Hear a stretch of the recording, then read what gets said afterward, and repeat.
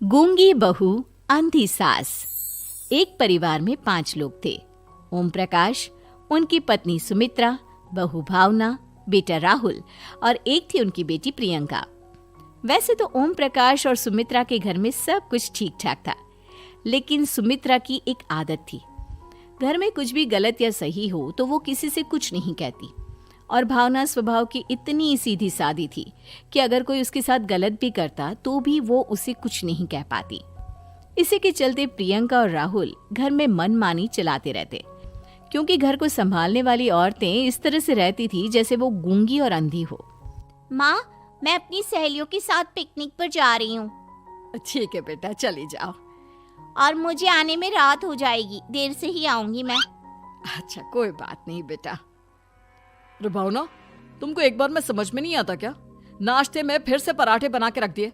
कितनी बार तुमसे कहा है कि मेरे लिए ढंग का नाश्ता बनाया करो। ठीक है जी, आगे से ध्यान रखूंगी। अरे ये बहू से किस तरह से बात कर रहे हो तुम राहुल? अरे तो और क्या करूं पापा, इसको कही बात एक बार में समझ में ही नहीं आती। सुमित्रा, तुम अपने बेटे को समझाती क्यों नहीं? बहू से बात करने का ये क्या तरीका है? अरे जिसकी जैसी मर्जी आए करो, मुझे क्या। भावना बेटा, तुम भी तो कभी कुछ कहा करो। इस तरह क्यों सबकी बातें सुनती रहती हो? कोई बात नहीं पापा जी, सब ठीक है। रात को काफी देर तक प्रियंका घर नहीं आती और जब वापस लौट कर आती है तो एक लड़की के साथ बाइक पर बैठकर। सुमित्रा और भावना दोनों ही प्रियंका को लड़की के साथ देख लेते हैं। आज तो जोर से डांट पड़ने वाली है, लेकिन मैं डर क्यों रही हूँ? माँ तो सब कुछ देखकर भी अंधी बनी रहती है। और रही बात भाभी की, वो किसी को कुछ नहीं बताने वाली। कहने को भगवान ने आवाज दी है, लेकिन गूंगी है गूंगी। अरे प्रियंका बेटा, इतनी रात को कॉलेज से लौट कर आ रही हो? कहाँ गई थी तुम? पापा, वो सहेली के घर पर थी, पढ़ाई करने के लिए रुक गई थी। अच्छा, ठीक है, जाओ अपने कमरे में जाओ और सो जाओ। सुमित्रा ने अपनी बेटी को एक लड़की के साथ इतनी रात को आते देखकर भी उससे कुछ नहीं कहा और भावना ने भी इस बारे में किसी से कोई बात नहीं की। कुछ दिनों के बाद मामा जी का फोन आया था। उन्होंने प्रियंका के लिए कोई रिश्ता ढूंढा है। लड़के वाले उसे देखने आ रहे हैं।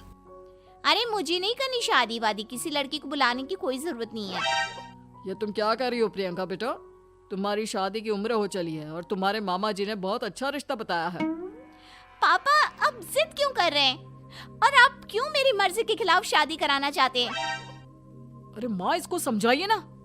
आपकी बेटी, आप तो बस चुपचाप सब कुछ होते हुए भी देखती रहती हैं। अरे तो क्या कहूँ, और मेरे कहने से क्या हो जाएगा? वैसे भी गलत क्या हो रहा है, सब कुछ सही तो है। भावना बहू, देखो तो प्रियंका हमारी बात नहीं समझेगी, लेकिन वो तुम्हारी हम उम्र है। क्या पता तुम्हारे कहने से उसे कुछ समझ में आ जाए। नहीं पापा जी, मेरे कहने से कुछ नहीं होगा। मैं प्रियंका को कैसे समझा सकती हूँ? वो ननद है मेरी, कहीं मेरी किसी बात का बुरा मान गई तो? सुमित्रा और भावना में से कोई भी प्रियंका को कुछ नहीं समझाता। इस बात से राहुल और ओम प्रकाश जी दोनों ही परेशान हो जाते हैं। और फिर जब लड़का प्रियंका को देखने के लिए आता है, मुझे आपकी बेटी बहुत पसंद है, मैं उसके साथ शादी करने के लिए तैयार हूँ। देखो, मुझे तुमसे शादी नहीं करनी, और ये बात जितनी जल्दी समझ में आ जाए अच्छा रहेगा। अरे तो फिर आप लोगों ने मुझे यहाँ बुलाया ही क्यों? माफ कर दो बेटा, वो हमारी बेटी जरा गुस्से में है, हम उसे समझाने की कोशिश करते हैं। हाँ, देखिए आप नाराज मत होइए, वो तो उसने बस ऐसे ही कह दिया होगा। अरे कोई ऐसे ही कुछ कहता है क्या? और ये आपकी पत्नी और माँ, ये दोनों इस तरह चुपचाप क्यों बैठे हैं, जैसे इस घर के मेंबर ही ना हो? आपके घर में सब कुछ ठीक तो है ना? अरे सब कुछ ठीक है बेटा। सुमित्रा, समझाओ ना अपनी बेटी को। अरे क्या समझाऊं, क्या होगा समझाने से? सब ठीक ही तो हो रहा है, गलत क्या हो रहा है? भावना, प्रियंका को अंदर लेकर जाओ और उससे समझाओ कि कितना अच्छा रिश्ता है। इतना अच्छा लड़का है, इस तरह से बिहेव ना करे।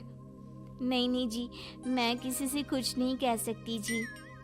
अरे अजीब परिवार है, मुझे तो यहाँ से निकलना पड़ेगा। इस तरह से तो आपकी बेटी की शादी किसी से नहीं हो सकती।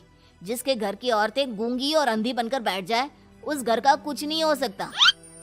ओम प्रकाश और राहुल सुमित्रा और भावना की हरकतों की वजह से बहुत परेशान हो जाते हैं। एक दिन वो दोनों आपस में बात करते हैं। पापा, समझ में नहीं आता कि भावना और माँ को कैसे समझाया जाए।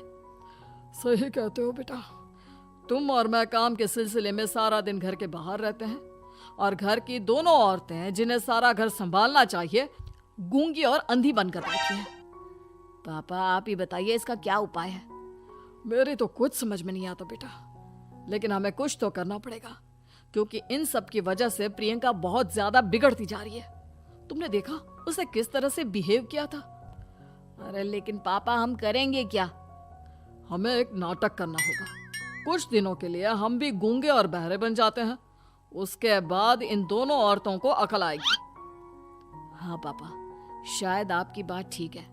हम दोनों हर बार बात को संभाल लेते हैं और इसी वजह से माँ और भावना कुछ भी करने की कोशिश ही नहीं करते।